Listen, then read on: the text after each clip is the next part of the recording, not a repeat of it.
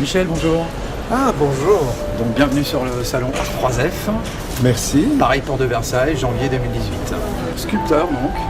Oui, je suis sculpteur, mais c'est une seconde vie pour moi. Avant, j'avais un bureau d'études, géomètre international.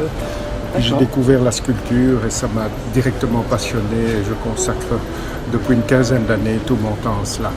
Techniquement, tu travailles sur quelle matière aujourd'hui? Donc la plupart de mes sculptures sont faites au départ en terre glaise et ensuite je fais un moulage et c'est au départ de ce moulage qu'on coule une cire et que mon fondeur réalise les bronzes et les patines.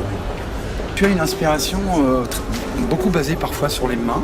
Les mains reflètent l'âme de l'homme. Il est souvent important d'observer les mains. Aucune main ne ressemble à une autre. C'est vrai. Alors l'inspiration ensuite plutôt des femmes. Ce que j'aime dans la femme comme dans mes autres sculptures, c'est l'intérieur de l'être. Je commence par une émotion et par savoir ce qu'elle a en elle. C'est-à-dire que chaque femme, même si elle est nue, ce qui est important, c'est ce qu'on voit derrière son regard, comme ici sur la Belle Hélène. Anecdote d'ailleurs, je donne à mes sculptures le prénom du modèle. Ici, c'est mon beau-fils et sa copine que j'ai représenté assis sur un banc. Et cette sculpture a été sélectionnée pour le concours de Biennale internationale de Montreux en 2017.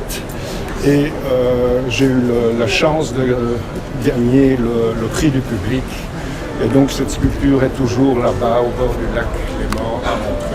Ils ont estimé que depuis le mois d'août, il y avait déjà eu 2 millions de photos réalisées. Ça, c'est extraordinaire. Ça me donne surtout une réputation énorme. Ici, la sculpture où j'ai représenté mon papa et ma petite fille, il avait 93 ans et elle 13 ans. 4 générations les séparent puisque c'est donc son arrière-petite-fille.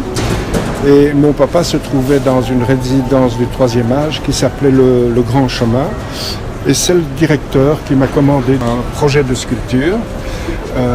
J'ai accepté et ceci c'est la maquette qui me sert à l'avoir réalisée en plus grand. J'aime beaucoup d'avoir des sculptures dans le domaine public parce que là tout le monde en profite.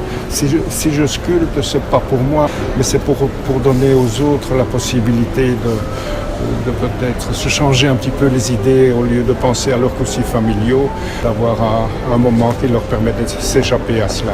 Ton avenir, tu le vois comment? J'ai une grande exposition au mois de mai aux écuries à Waterloo. C'est un très grand hall, c'est une belle exposition.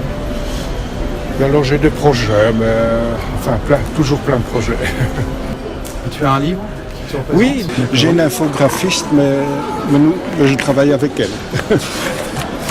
Parce que je pense que ce qui est encore plus important que la beauté, c'est l'harmonie. Et comme tu vois ici, l'harmonie du montage, les mêmes patines, alors qu'elles ne les ont pas forcément, mais ça a été retravaillé, d'avoir un équilibre dans le montage.